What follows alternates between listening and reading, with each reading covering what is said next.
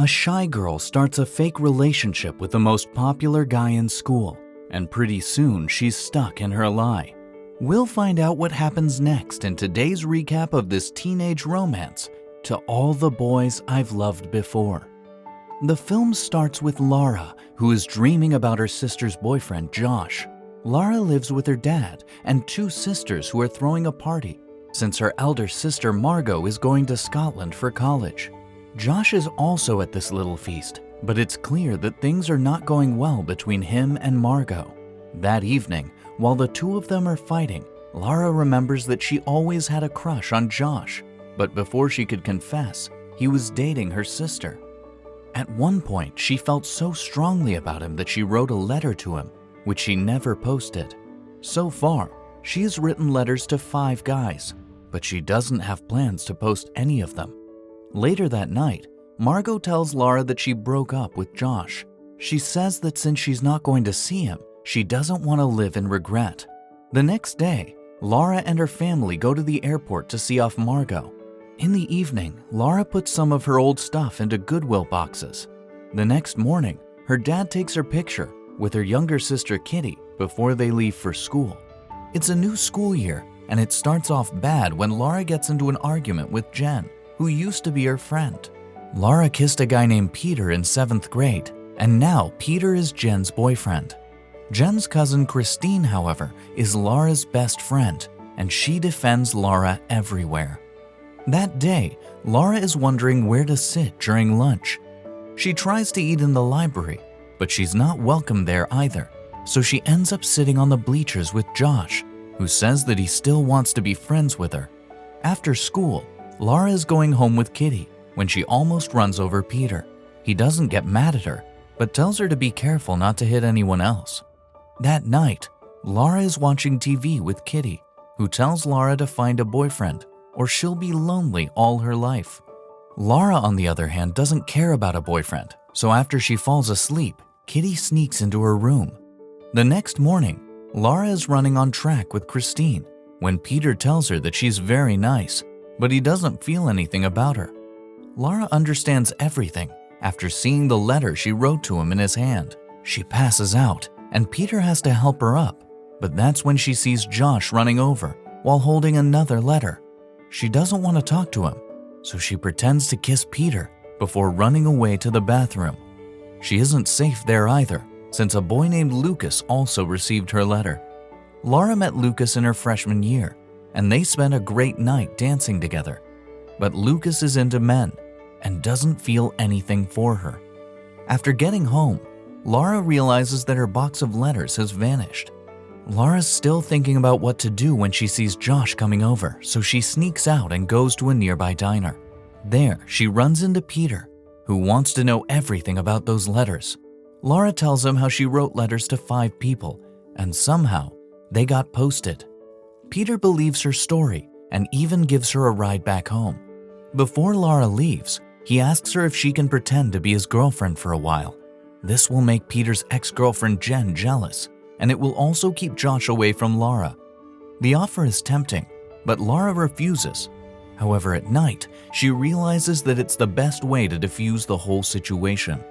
So, the next morning, she goes up to Peter and agrees to the deal, and he gives her a kiss to thank her. Later that day, Lara sets some rules for this fake relationship. She agrees to go to parties with Peter if he can drive her to school every day. Peter, on the other hand, asks her to go on the ski trip with him, but Lara doesn't want to go on the trip at all. Still, it's 3 months away, so she agrees, thinking that this fake relationship will be over by then. With the rules in place, Peter picks up Lara and Kitty the very next day. He wins over Kitty and even gives Lara a handwritten note in front of everyone. Peter is extremely popular, so everyone is looking at them. Christine asks Lara how she got into this crazy relationship, but Lara doesn't tell her much. She's even keeping this relationship a secret from Margot, who calls her every day to know how she's doing. Then one evening, Lara is baking some cupcakes when Peter asks her to join him at a party. Lara is in no mood to go, but her dad tells her to have some fun, so she agrees. Before they enter the party, Peter takes Lara's scrunchie. Then, after taking pictures of each other, They join the party, where Jen is mad at Laura. While Jen is fuming with jealousy, Laura is having a great time with Peter, who is very caring. Sometime later, Laura is talking to Lucas when Jen confronts Peter in the bathroom. She takes away Laura's scrunchie and even makes fun of her. Peter doesn't like that, so he leaves the party and goes for dinner with Laura. After finishing their food, Laura tells Peter to not get hung up on Jen, since he can find better girls than her. Peter, on the other hand, asks her why she never had a boyfriend before, and Laura tells him that she's just afraid to get her heart broken. In the next few days, Laura starts texting Peter, and she's even become friendly with his friends, and she's liking this new lifestyle. Then, one day, Josh comes to her house and asks her to clear things up about the letter. Laura tells him that she wrote that letter a long time ago and it doesn't mean anything, but this still leaves Josh confused. As time goes on, Peter is becoming a big part of Laura's life, and she also visits his house and meets his mom for dinner. They've gotten so close that Laura even tells him about her late mom. Peter also shares all that sadness he's felt ever since his father left them. It's clear that they're very comfortable with each other, and Laura has started falling for him. A few days later, Laura and Christine are eating lunch under the bleachers when they hear Peter talking to Jen. Jen is asking him to get back with her, while Peter is telling her that he's fed up with her games. Later that day, he tries to talk to Laura, but she's mad at him. She tells him that she's patched things up with Josh, and she knows that Jen wants him back, so they should end this fake relationship. Peter, on the other hand, wants her to take the ski trip with him before ending all of this. Laura says that she'll go only if Christine goes, knowing that Christine doesn't like school trips. However, Christine agrees to go, since she believes that Peter has been a good influence in Laura's life, and he's made her really happy the last few months.